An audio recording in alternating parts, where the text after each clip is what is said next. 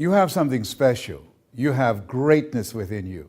Hello, my name is Les Brown, and I want to welcome you to being a part of an event that's going to change your life, the spirit of the entrepreneur. And one of the things I talked about that was a major factor in my life, my desire to take care of my mother. I'm adopted. I feel like God took me out of my biological mother's womb and placed me in the heart of my adopted mother.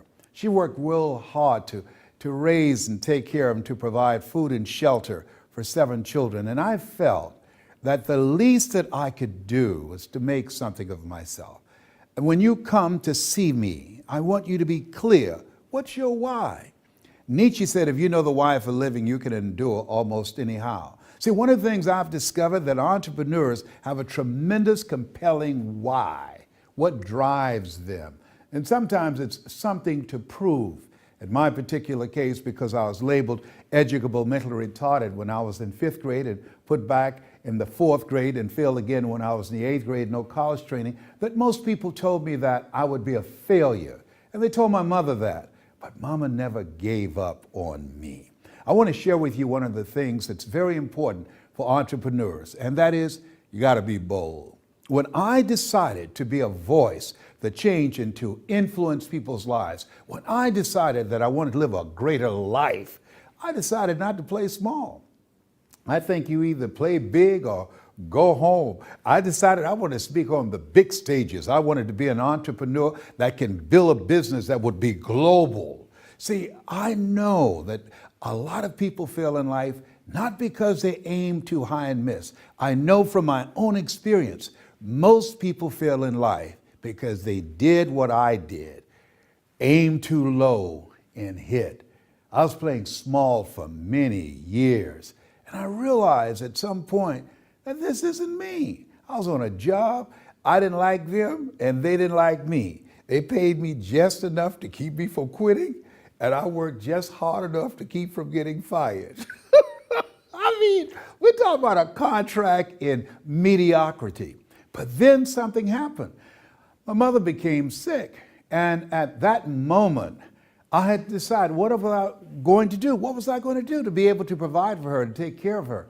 And I had to become an entrepreneur. I knew that working on a job would not give me enough money to take care of her and be able to be available to her. And so I had to take a chance on my talent. That's why one of the things that I tell people, you are the money.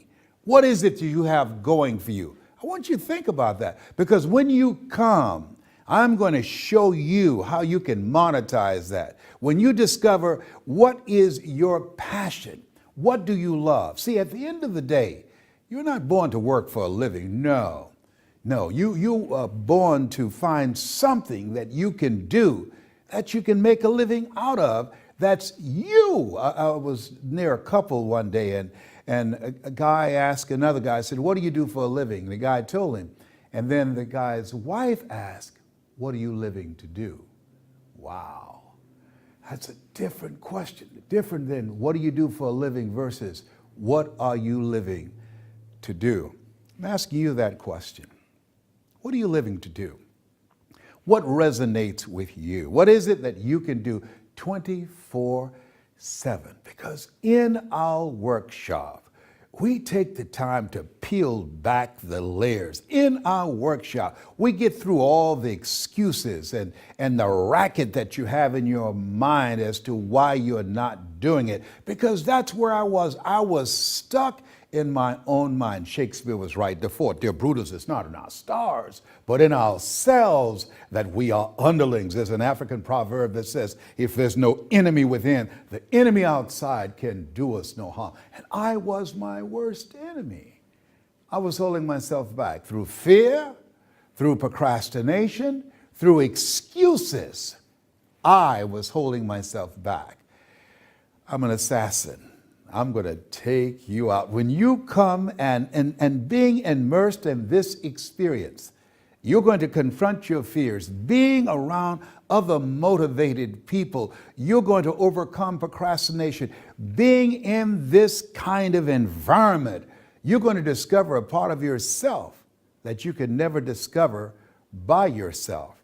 I want you to do something right now. I want you to decide, what is it you want to do? What does the next chapter of your life look like? Become bold and make the decision to show up. They said that 80% of people in life win because they showed up. Show up for yourself. Show up for your dream. I want you to register online, or I want you to call right now. If you can feel me in your heart, if you feel right now that there's more for you, that there's something in you that wants to express, there's something in you that feels like Helen Keller, who said that life is short and unpredictable.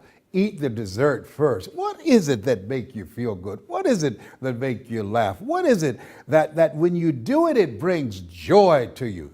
You know, I talked about a man named Mike, and he graduated from college, didn't have a particular major, and he worked in a retail shop, and there were a lot of products there, but when he picked up a camera, it was love at first sight. Have you had that experience? Or maybe it was delayed enlightenment, where you started doing something and you fell in love with it. Like, I love speaking and training and helping you to discover a part of yourself that you don't know right now. This experience that you are going to be a part of is something that it's going to impact you at a level unlike anything you've ever gone through before. This experience and being around other collaborative, achievement-driven, supportive relationships that will hold you accountable, that will cause you to raise the bar on yourself. It's going to expand your vision for yourself that will allow you to see what's possible. I didn't do what I'm doing now because I had so many negative people around me. And it really infected me. It was a mind virus of possibility blindness. But here's what I can tell you, that as a result of your coming to this event, that you're going to begin to expand your vision of what's possible, and you'll realize that you have something special.